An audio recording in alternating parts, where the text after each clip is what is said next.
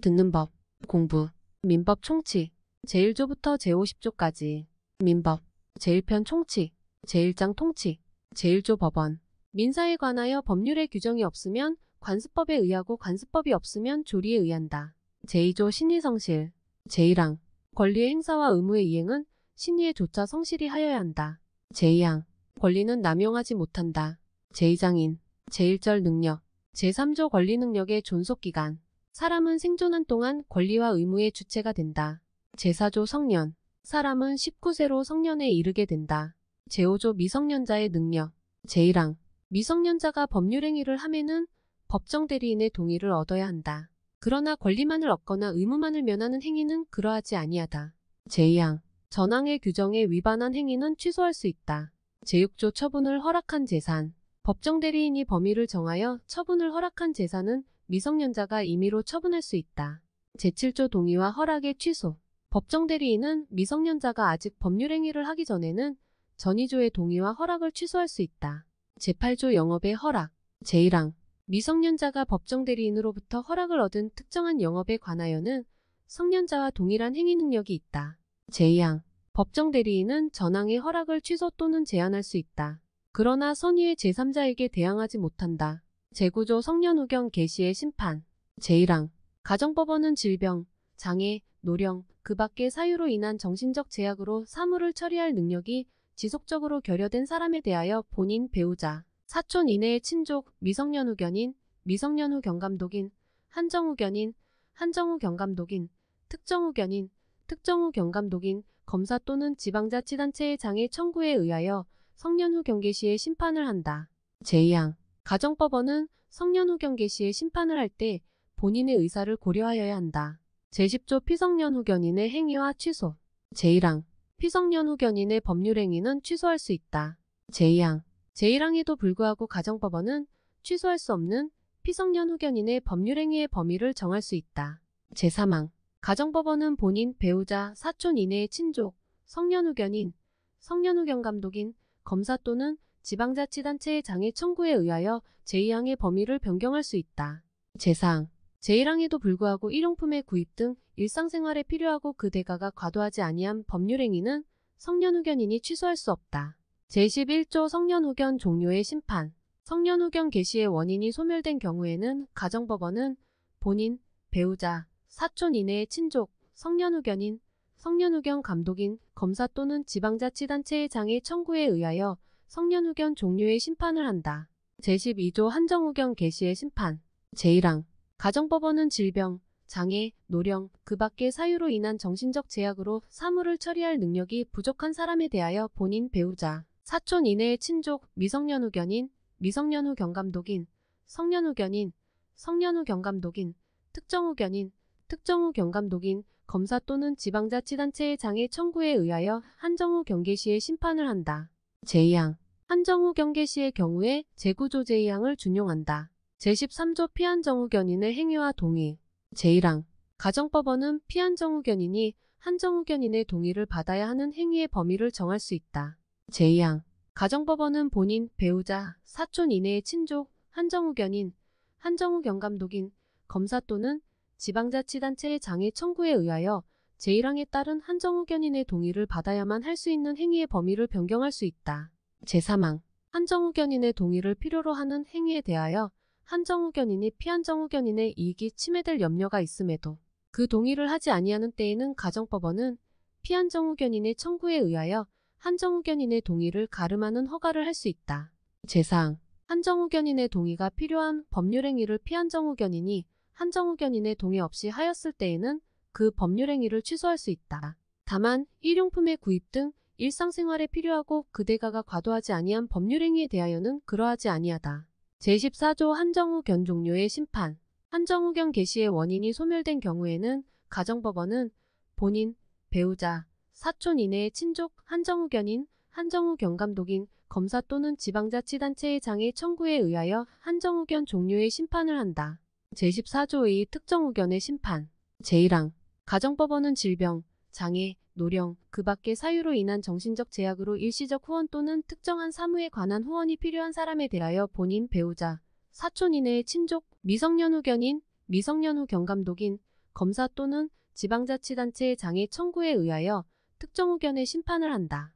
제2항 특정 의견은 본인의 의사에 반하여 할 수 없다. 제3항 특정 의견의 심판을 하는 경우에는 특정 의견의 기간 또는 사무의 범위를 정하여야 한다. 제14조 2, 3 심판 사이의 관계. 제1항 가정법원이 피한 정의견인 또는 피특정 의견인에 대하여 성년 의견 개시에 심판을 할 때에는 종전의 한정 의견 또는 특정 의견의 종료 심판을 한다. 제2항 가정법원이 피성년 의견인 또는 피특정 의견인에 대하여 한정 의견 개시에 심판을 할 때에는 종전의 성년 의견 또는 특정 의견의 종료 심판을 한다. 제15조 제한능력자의 상대방의 확답을 촉구할 권리. 제1항 제한능력자의 상대방은 제한능력자가 능력자가 된 후에 그에게 한 개월 이상의 기간을 정하여 그 취소할 수 있는 행위를 추인할 것인지 여부의 확답을 촉구할 수 있다.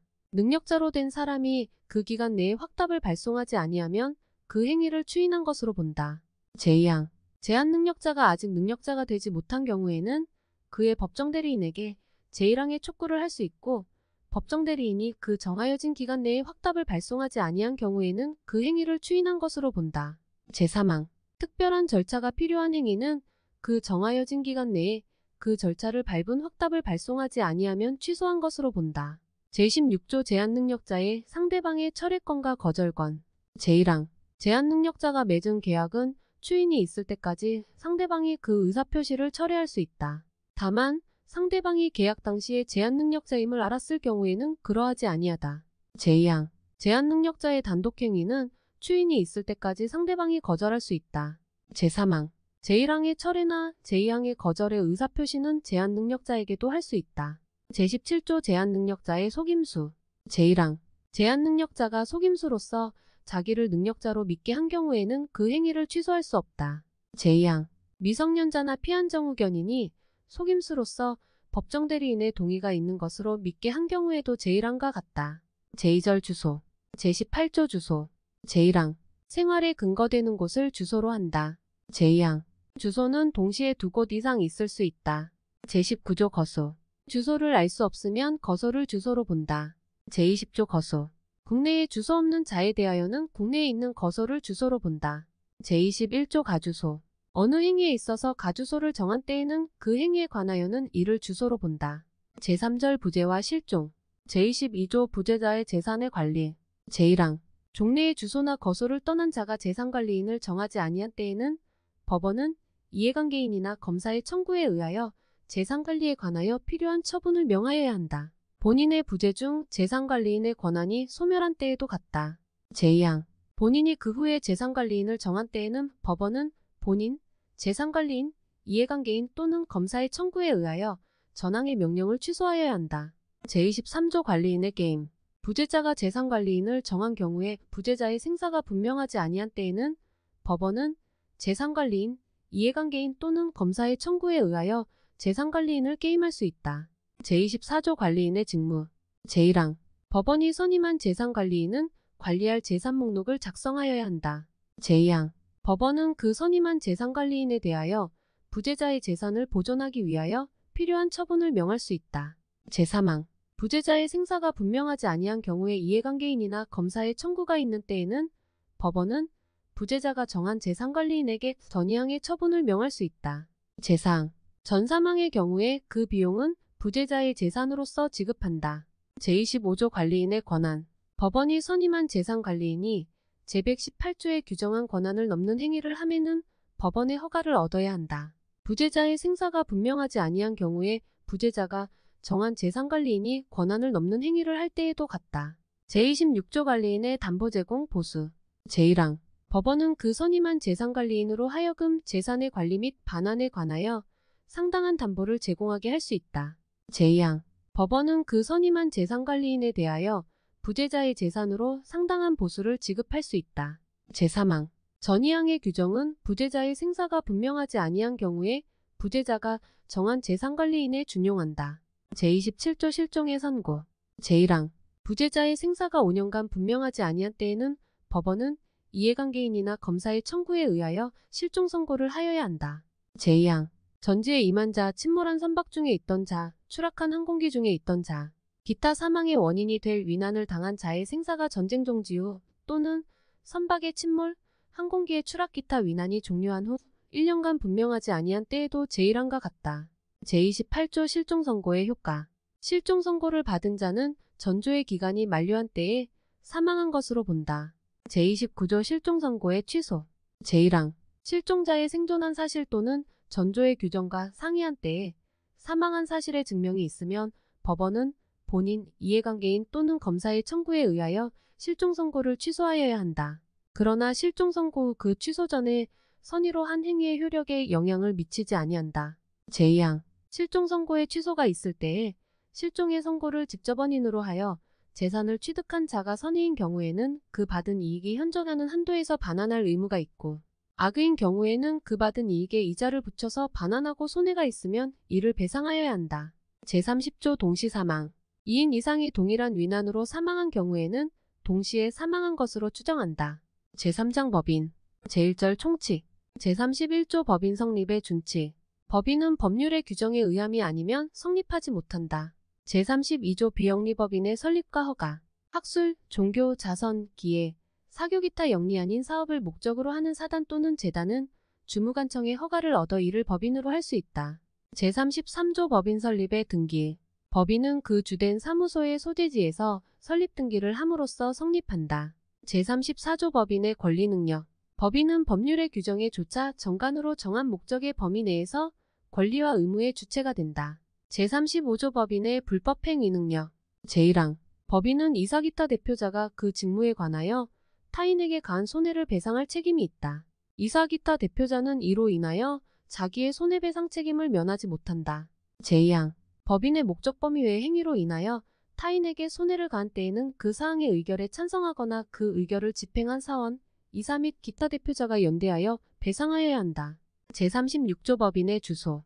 법인의 주소는 그 주된 사무소의 소재지에 있는 것으로 한다. 제37조 법인의 사무의 검사 감독. 법인의 사무는 주무관청이 검사 감독한다. 제38조 법인의 설립허가의 취소.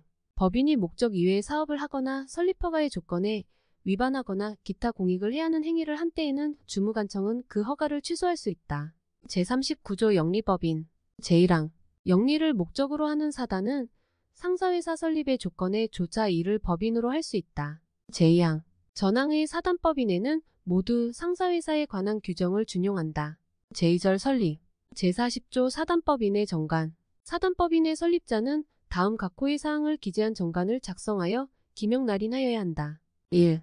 목적. 2. 명칭. 3. 사무소의 소재지. 4. 자산에 관한 규정.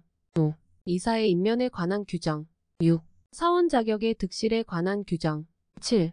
존립식이나 해산 사유를 정하는 때에는 그 시기 또는 사유. 제41조 이사의 대표권에 대한 제한. 이사의 대표권에 대한 제한은 이를 정관에 기재하지 아니하면 그 효력이 없다. 제42조 사단법인의 정관의 변경. 제1항. 사단법인의 정관은 총사원 3분의 2 이상의 동의가 있는 때에 한하여 이를 변경할 수 있다. 그러나 정수에 관하여 정관에 다른 규정이 있는 때에는 그 규정에 의한다. 제2항. 정관의 변경은 주무관청이 허가를 얻지 아니하면 그 효력이 없다. 제43조 재단법인의 정관. 재단법인의 설립자는 일정한 재산을 출연하고 제40조 제1호 내지 제5호의 사항을 기재한 정관을 작성하여 기명 날인하여야 한다. 제44조 재단법인의 정관의 보충.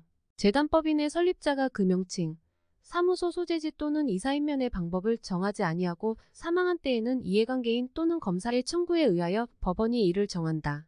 제45조 재단법인의 정관 변경. 제1항. 재단법인의 정관은 그 변경 방법을 정관에 정한 때에 한하여 변경할 수 있다.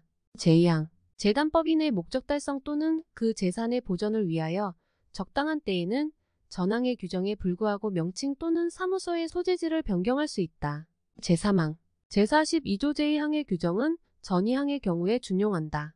제46조 재단법인의 목적 기타의 변경.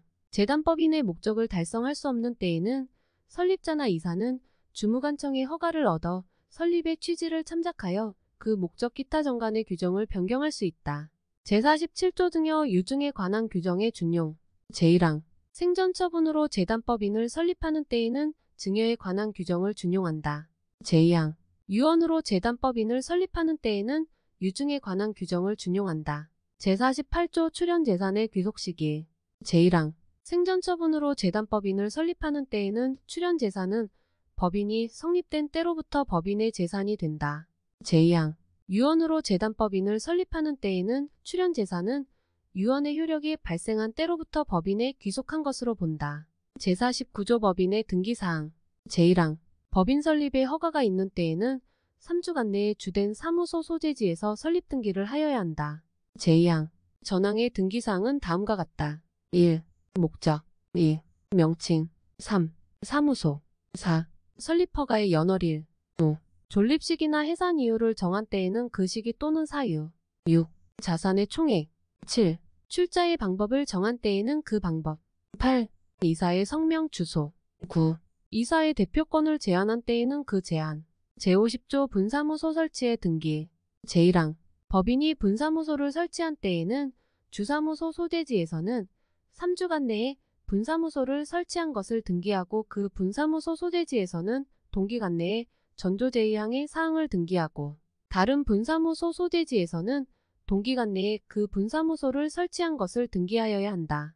제2항 주사무소 또는 분사무소의 소재지를 관할하는 등기소의 관할 구역 내에 분사무소를 설치한 때에는 전항의 기간 내에 그 사무소를 설치한 것을 등기하면 된다.